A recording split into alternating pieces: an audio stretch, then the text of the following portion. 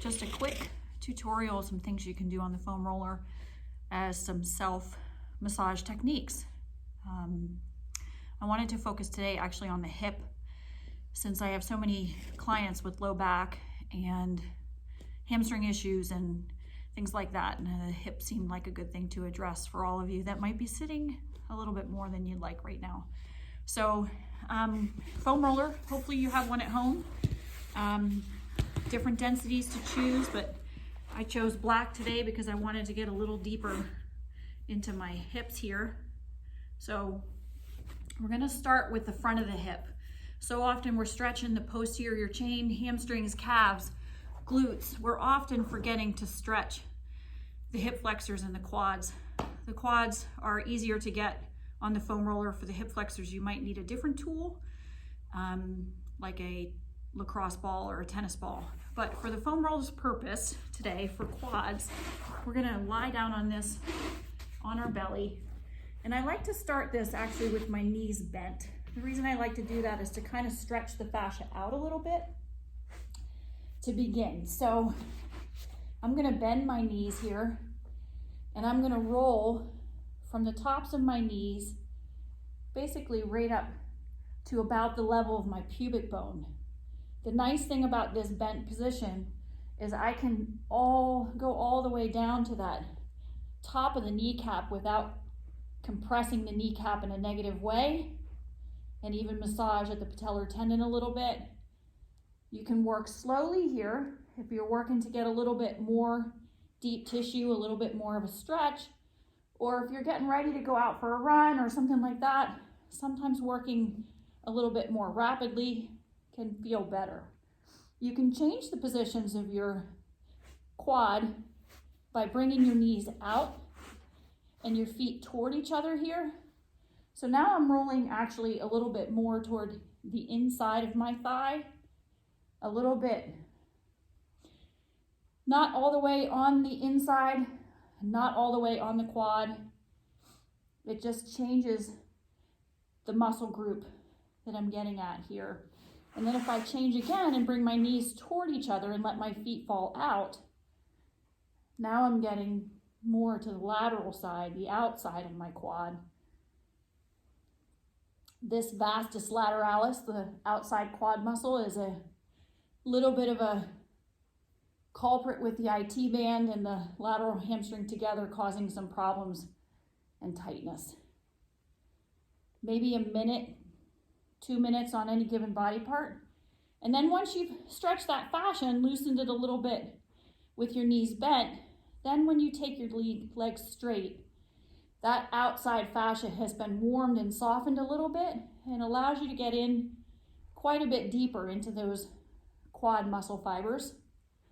Again, moving slowly. You don't have to do the whole length of the muscle to begin with. You can work in small segments if you want to work toward the bottom of the quad first, toward the knee, and then moving up more toward the groin. So this is quad. If you do find a spot that's talking at you a little bit or feels a little tighter, you can hang out on it. You can maybe even rest a little deeper on that one spot. You don't have to move at all. You can just rest on it as though it's trigger point work.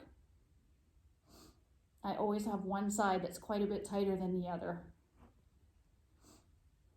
So now we're going to move to an area called the TFL, the tensor fascia lata.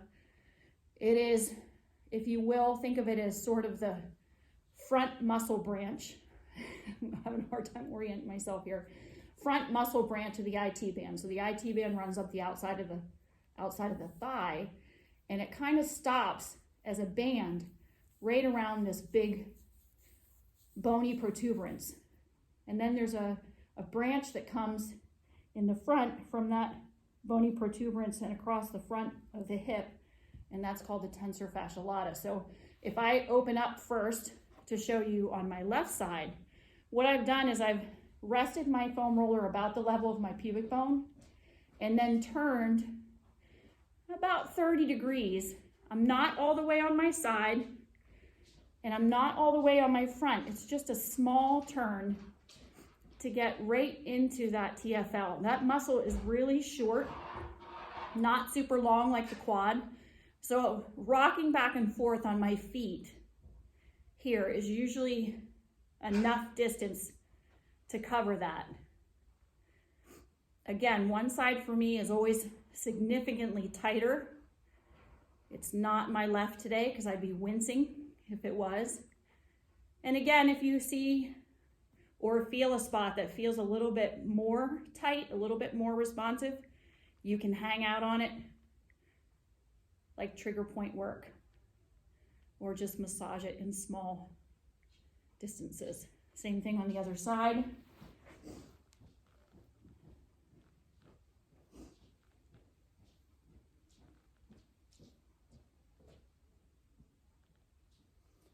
You never want to roll directly over that bony protuberance. It's called the greater trochanter.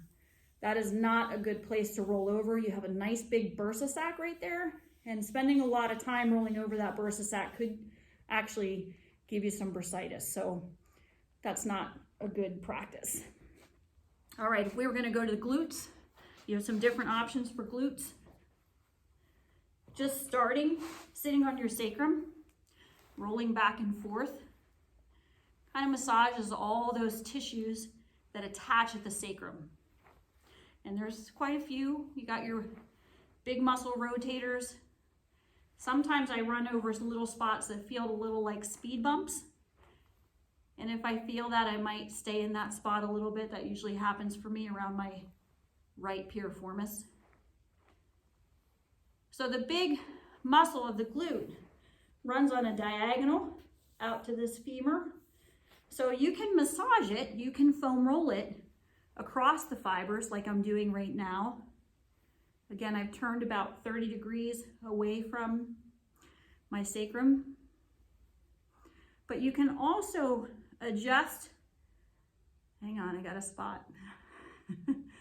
You can also adjust that foam roller a little bit to work more along the muscle fibers.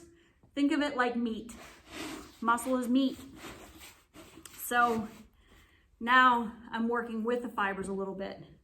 I've adjusted the foam roller. Now I'm working along the length of the muscle fibers instead of across the muscle fibers. So they'll feel different.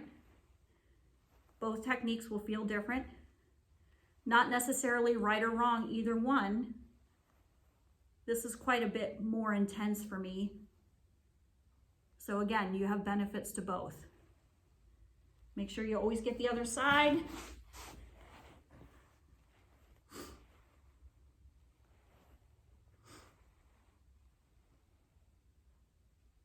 One of the things I love about the foam roller is the way it just builds heat. Sometimes that pain that you feel when you go over something that's tight, you think you don't want that, but the blood flow that comes with the foam roll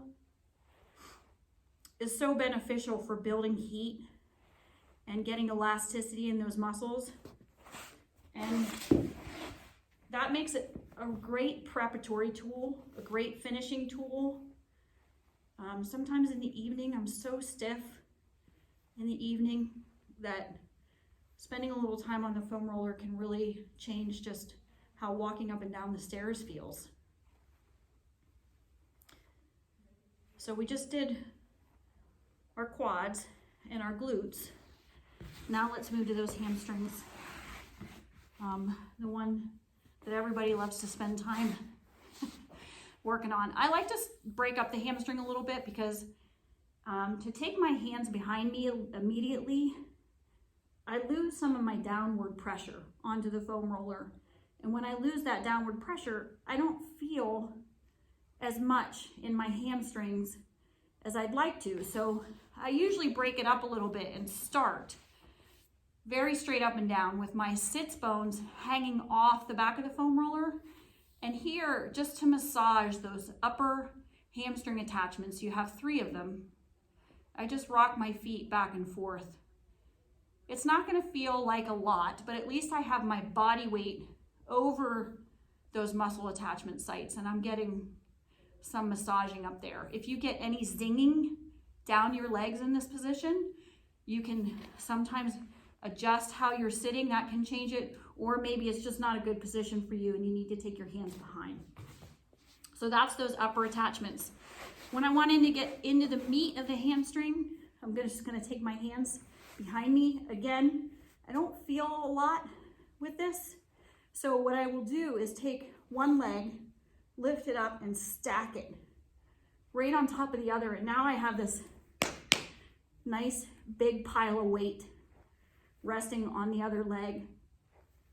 This is hard for some because it's a lot of work for the arms, a lot of shoulder work. So you don't have to work for long periods of time. But let's just say being in this position altogether isn't awesome.